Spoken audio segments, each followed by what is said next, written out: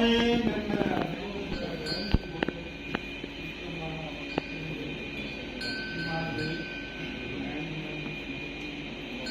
ఉద్యోగాలు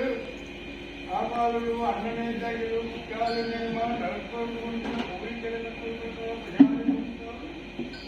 అన్ననేత సేవే పట్టుకోడు మధ్యన ಒಂದಿರಾಜ ಅಡಸನ ಧಾಮ ಕರ ಕರಿಕೆ ಗುತ್ತು